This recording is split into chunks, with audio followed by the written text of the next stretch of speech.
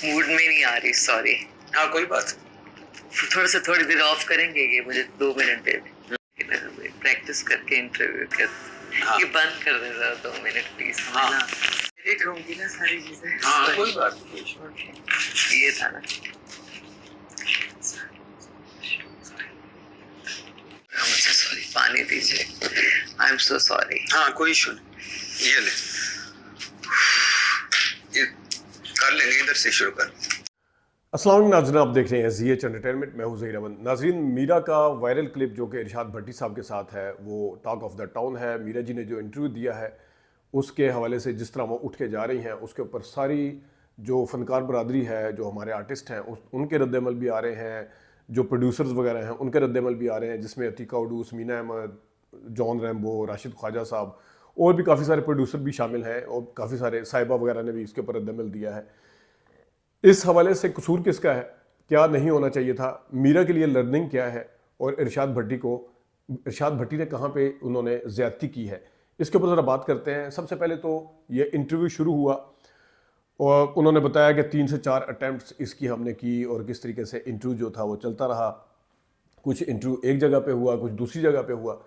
पहले नंबर पे तो इरशाद भट्टी साहब ने जब एक जगह बैठ के उनका इतना लंबा इंटरव्यू कर लिया था, जिसमें शान साहब भी मौजूद हैं, जिसके आखिर में वो उठ के गई हैं, तो उससे पहले वो जो अटेम्प्ट की थी वो इंटरव्यू लगाने की ज़रूरत नहीं थी। ये थोड़ा अनएथिकल आता है कि एक आपका गेस्ट है वो आपका सवाल का जवाब नहीं दे पा रहा या सवाल के जवाब के दौरान बार बार कागज़ उठा रहा है और साथ कह रहा है कि इसको एडिट कर दीजिएगा, मेरा मूड नहीं बन रहा, इसको निकाल दीजिएगा। फिर वो कहती हैं कि इसको बीच में शामिल ना करिएगा, निकाल दीजिएगा, मेरा मूड नहीं बन रहा।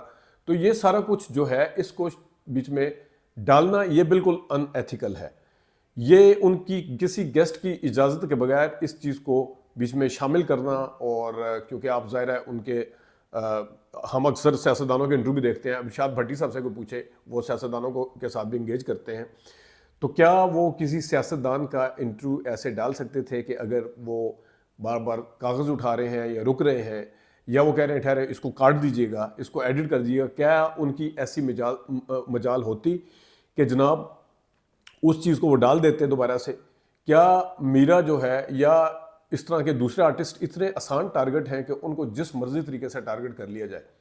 और दूसरा, फिर इरशाद भट्टी साहब ने कहा कि मैंने क्योंकि पैसे भी दिए हुए थे, तो पैसों की धोस दे के या पैसे देने के हवाले से बात करके आप ये तो नहीं है कि कोई भी सवाल पूछते रहे हैं जिसका जवाब वो देना नहीं चाह रही, लेकिन आप उसके इंसिस्ट कर रहे हैं, तो आपको कोई लाइसेंस नहीं मिल गया पैसे देने का। पैसे तमाम अदाकार लेते हैं लेकिन अपने सेल्फ रिस्पेक्ट के साथ वो इंटरव्यू देते हैं और वो उसको अपनी सेल्फ रिस्पेक्ट को इंटैक्ट रखते हैं। उसका ये मतलब नहीं है कि पैसे दे दिए तो जो मर्जी करते रहे।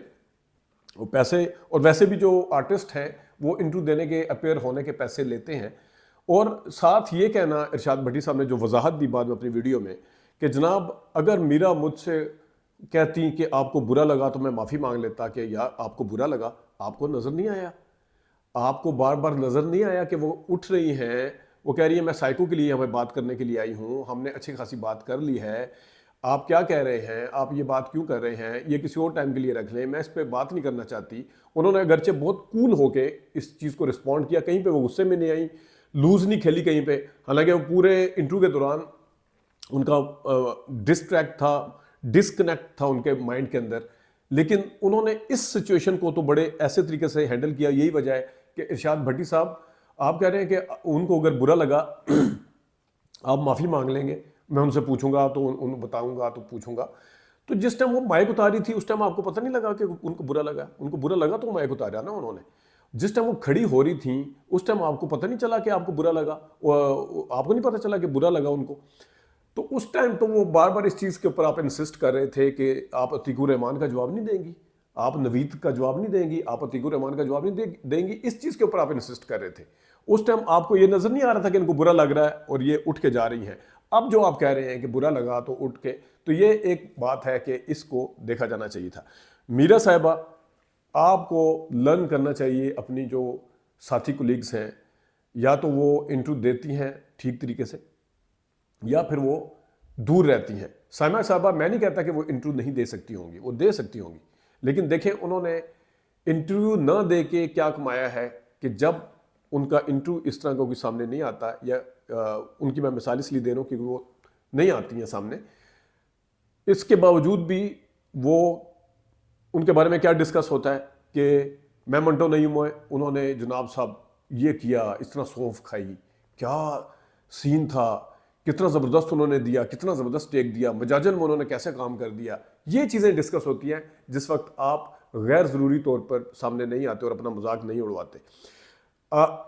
ये चीज़ डिस्कस होती है। और लेकिन आप अगर इस तरह की चीज़ों से अवॉइड करती होती, शान साहब ने बिल्कुल सही कहा कि बाबर आजम से कोई क्यों नहीं पूछता कि वो अंग्रेजी बोल लेते हैं नहीं, वो भी तो छक्के चौके मारते हैं। तो ये अपनी फील्ड के, बिल्कुल मैं इस चीज़ से एग्री करता हूँ कि एक्सटेम्पोर बोलना और चीज़ है, डायलॉग याद करके बोलना और चीज़ है। अगर डायलॉग याद करके जो बोलना ये उनका फ़न है, वो उनका हर फिल्म में नज़र आया। मैं यहाँ पे बेतहाशा फिल्मों की मिसाल दे सकता हूँ। मीरा साहिबा ने जो काम किया, शायद उनकी साथ की अदाकाराएँ वो वाला काम नहीं कर सकती थी। वो बिल्कुल उन्होंने ठीक कहा कि बोलना और उस तरह इंटरव्यू में एक्सटेम्पोर, ये कोई बुरी बात नहीं है, कोई कमज़ोरी भी नहीं, लेकिन गैर ज़रूरी तौर पे एक्सपोज होना ये मेरे ख्याल में इंसान के अपने हाथ में है।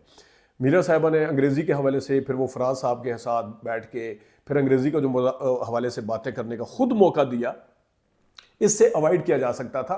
आप आर्टिस्ट हैं, आप कैमरे के सामने डायलॉग वाली आर्टिस्ट हैं, और आपको जब पता है कि मैं जब वैसे सामने आती हूँ तो फिर वो चीज़ मजाक उड़ाया जाता है, उसका बहुत ठट्ठा लगाया जाता है, तो आप उसको पीछे रख सकती थी।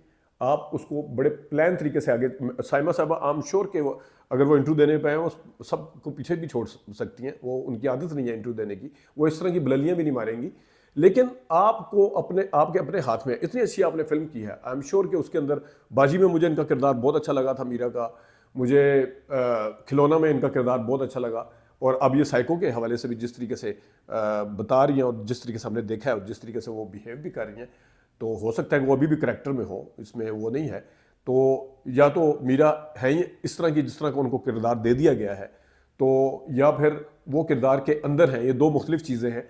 लेकिन बहरहाल इसमें मीरा साहिबा के साथ साथ मीरा साहिबा का इतना कसूर नहीं है, क्योंकि उन्होंने अपना वो वाली सिचुएशन को बहुत अच्छे तरीके से हैंडल किया। इरशाद भट्टी साहब को इस चीज़ के ऊपर क्लियर करना चाहिए था, उस चीज़ को काट देना चाहिए था, इसको एडिट करना चाहिए था, इसको नहीं एयर जाना चाहिए था। इजाज़त दीजिए, अल्लाह हाफ़िज़।